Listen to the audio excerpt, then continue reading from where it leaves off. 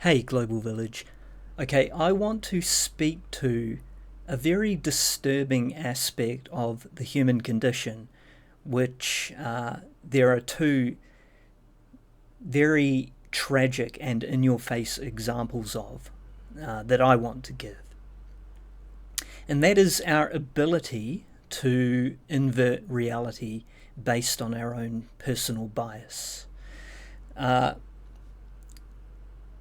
This is true of what has happened with Renee Good, the woman who was shot by an ICE agent, and it's also true of the genocide in Gaza, where many people will try to tell you that the victims are not the Palestinians, but the Israeli people, despite the fact that the death count, the massive disparity in military capabilities might suggest otherwise.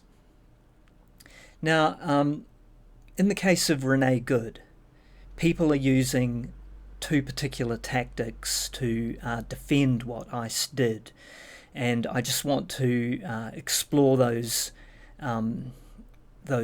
methods of excusing the ICE agent a little more closely.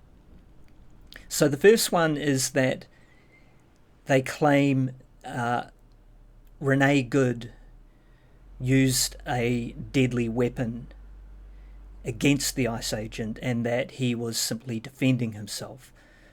So quite often they will say the ICE agent was more than justified in doing what he did, given that Renee Good tried to run him over with a deadly weapon. Or sometimes they won't even use the verb try. They will just straight out declaratively state that he was run over by a deadly weapon and had every right to shoot her because of that.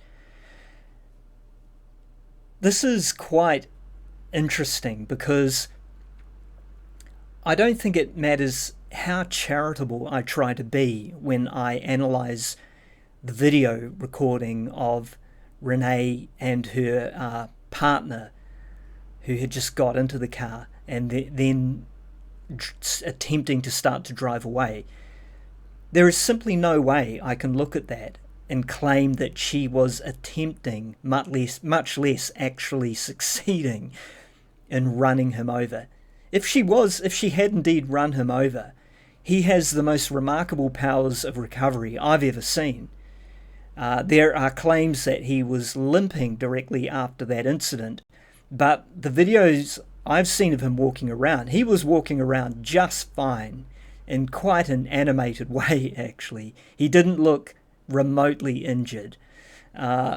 So certainly she didn't successfully run over him, and when someone's using the verb tried to run over him, well, that implies a level of intention that I just don't think you can extrapolate from the video evidence, primarily being that she had turned the wheels of the car away from where he was standing, and she was driving she was at a complete stop at the point that the car started to move. So it wasn't like here's a car barreling towards the ICE agents and is about to run him over.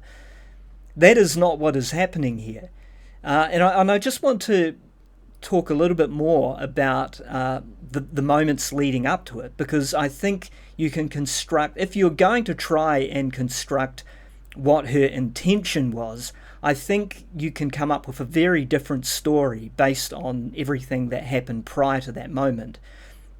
Because there was that instance where he was filming the license plate, and Renee's partner said, that's right, you can find where we are. We don't change our license plate daily. We'll see you later. Implying that she was fully expecting the ICE agents to visit them. Furthermore, she said, we are US citizens. So she was implying that she had nothing to fear, that ICE weren't going to be able to take her and her partner away because they are legitimately US citizens. So they weren't afraid. They weren't afraid of being visited by ICE because they didn't feel there was any threat to them. And then she proceeded to jump into the passenger side of the car, and Renee then attempted to turn the wheel away from the ICE agent and then started driving. So it's clear that they didn't think that their lives hung in the balance at that moment. It's simply, I think, the reasonable assumption to make if we're going to try and interrogate what might have been in the mind of Renee Good. And she had just the last comment she made was, it's okay, I'm not angry at you, etc. I mean, she wasn't a woman who sounded like she was in fear of her life or was attempting to run away or was attempting to drive over anyone. And it's really kind of ridiculous to suggest that that is what was actually happening. Again, as I say, people have this incredible talent to reframe the narrative, invert reality, simply because they need to believe a certain thing happened as it supports their own personal bias and worldview. The other technique they use is they will claim that ICE are the victims here of a campaign of harassment, that people are constantly threatening them with violence, and that at the end of the day, this is why they are on a hair trigger and about to respond, and, because they feel that they're constantly under the threat of violence, retaliatory violence, for simply doing their job. Now, this is obfuscation 101, because no matter how true that may be or may not be, it doesn't relate in any way to what actually happened in that particular moment in time. And as I said, we have plenty of video evidence now about the interaction. It's simply a statement of fact that Renee Good had just dropped her 6-year-old child off to school, and that, she was unarmed. The only weapons of mass destruction she had in her vehicle were stuffed animals. She did not have a firearm, which of course is why people are trying to characterize her vehicle as a deadly weapon, because it's all they've got. And this is despite the fact that there is no visual evidence of her using her car as a deadly weapon. But nonetheless, this ICE agent violated several of his own well-documented rules in terms of how you should engage the public, especially as it pertains to a motor vehicle. Certainly, you should never position yourself anywhere near the front of the vehicle anyway.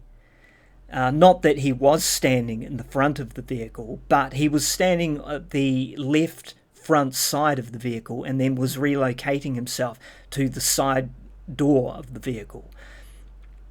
And you should never, apparently, open fire on a moving vehicle unless there are extreme extenuating circumstances for doing so, for the simple reason that when you do that, that vehicle could well become a out-of-control danger to the rest of the public who may be standing around at the time of the incident. So by shooting someone in a circumstance like that, you can increase the danger to innocent bystanders, and therefore there have to be strong extenuating reasons for doing that. What possible extenuating reasons for shooting her were present in this particular circumstances? There simply weren't any. It was a clear violation of public policy. And claiming that, he was being harassed and that he felt his life was in mortal danger, not statements that directly relate to what was actually happening. As was pointed out by, I think it was one of Renee's ex-partners, that they were armed with whistles and ICE were armed with guns. So who really were the people who were in serious and mortal threat? Well, as it turns out, it was Renee Good. And no one can deny the evidence of that because we have her body to prove it. Anyway, bendy out.